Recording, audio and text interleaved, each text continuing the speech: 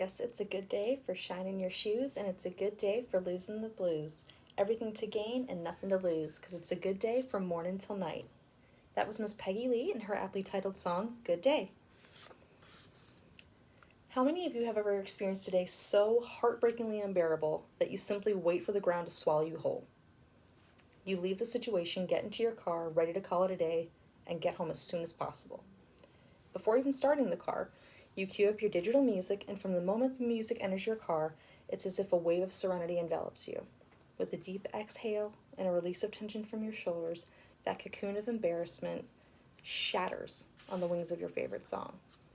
It's relieving, almost therapeutic if you think about it.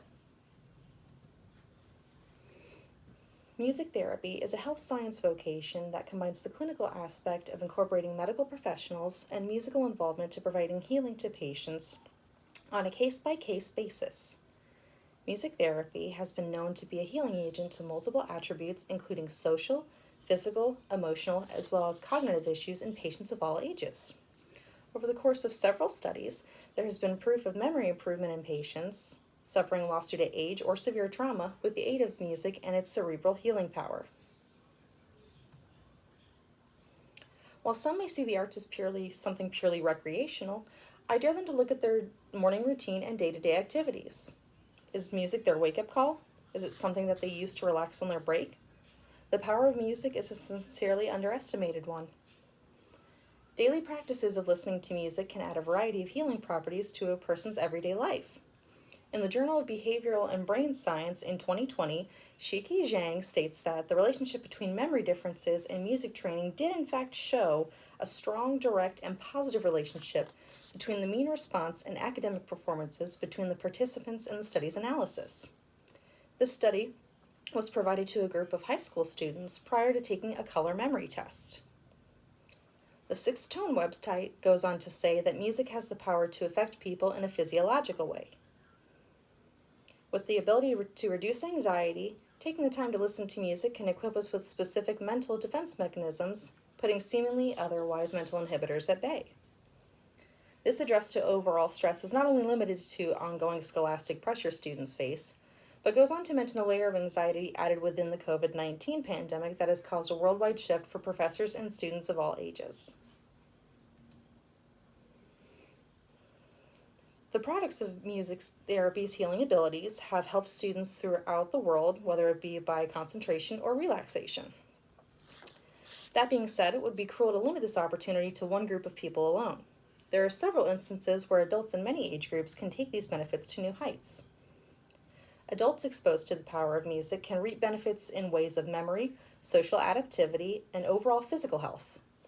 It can be anything from learning to play something new or joining a community choir. This age-old practice of solo and group musical therapy has an effective methodology, but is not necessarily 100% in every aspect. According to the Knob Foundation website, musical experiences can strengthen many of the same aspects of the brain function that are impaired in individuals with language and learning disabilities, such as the ability to differentiate between speech syllables. It would also reveal that a review of 23 studies involving 1,500 patients found that listening to music reduced heart rate, blood pressure, and anxiety in heart disease patients. This attention to musical connectivity has been an advised form of communication between patients and their loved ones in even the direst of circumstances. As stated by Jonathan Graff Radford in Can Music Help Someone with Alzheimer's? On the Mayo Clinic website, music can benefit caregivers by reducing anxiety and distress, lightening the mood, and providing a way to connect with loved ones who have Alzheimer's disease, especially those who have trouble communicating. He would end this statement by reminding those attempting music therapy that there may be no significant change in a loved one's quality of life.